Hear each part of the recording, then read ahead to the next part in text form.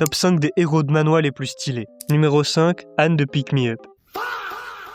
Alors, j'entends déjà les fans de Pick Me Up en train d'exploser ma porte, mais écoutez-moi une seconde. Anne n'est que à la 5ème place, mais quand vous verrez les gens que j'ai mis devant lui, croyez-moi, vous comprendrez. Cependant, il est quand même sur cette liste, parce que je pense que c'est l'un des héros qui utilise le mieux ses connaissances pour s'en sortir. C'est surtout un mec intelligent, qui sait mener une équipe, et pourtant, il est pas en reste au niveau physique. Sa détermination et son sang-froid dans les situations les plus désespérées l'emmènent à la 5ème place de ce classement. Numéro 4, Luger de Academy Undercover Professor. Ici, on est aussi sur un personnage principal qui utilise son cerveau, même si là, le personnage reste plus ambigu. En effet, Luger n'a que peu de respect pour la loi, et il est même prêt à tout pour accomplir ses objectifs. Cependant, j'aime tout particulièrement le fait qu'il a souvent changé d'identité pour à chaque fois faire des choses de plus en plus folles. Ses compétences en magie et en investigation lui offrent la 4ème place de ce classement. Numéro 3, Jong de Marshall Wild West. Ici, on est sur un héros que j'apprécie beaucoup, parce qu'il arrive à merveille à combiner deux types de personnages extrêmement stylés, le maître des arts martiaux et le cowboy. Un mec puissant sans être juste cheaté, dont la progression est plus que satisfaisante. Franchement, si vous n'avez pas encore lu Marshall Wild West, foncez. Le subtil mélange des arômes américains et chinois fait que notre héros est un candidat parfait pour la 3ème place de ce classement. Numéro 2,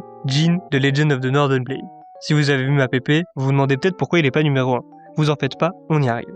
Mais bon, en attendant, Jin, ça reste l'un des meilleurs globes de l'histoire avec Sun Jingwoo de Solo Leveling. Ça doit être mon côté Dark Sasuke, mais franchement, le fait qu'il soit associé à la nuit et les ténèbres, pour un héros, je trouve ça vraiment sympa. De même, ici on n'est pas juste sur un mec débile qui tape fort, on est sur un mec intelligent et avec un objectif clair, qui est prêt à tout pour arriver à ses fins. Et finalement, numéro 1, Vlad de Star Embracing Swordmaster. Et non mesdames, je l'ai pas mis là juste pour sa petite mèche blonde, mais parce que pour moi, Vlad, c'est l'un des héros que je respecte le plus. Dites-moi que je suis cringe si vous voulez, mais pour moi, Vlad, c'est de loin le héros le plus chevaleresque que j'ai vu dans un manhwa. Le fait qu'il fasse toujours le bien, même si c'est mauvais pour lui, que me demander de plus. Dans un monde où on a de plus en plus d'anti-héros, voir un mec qui fait le bien juste parce que c'est la chose noble à faire, c'est rafraîchissant. Il y a une raison pour laquelle Vlad est le seul à porter le nom de protecteur des enfants. Puis bon, en vrai, il a surtout un flow monstrueux. Si t'es intéressé dans le contenu manhwa ou webtoon, abonne-toi.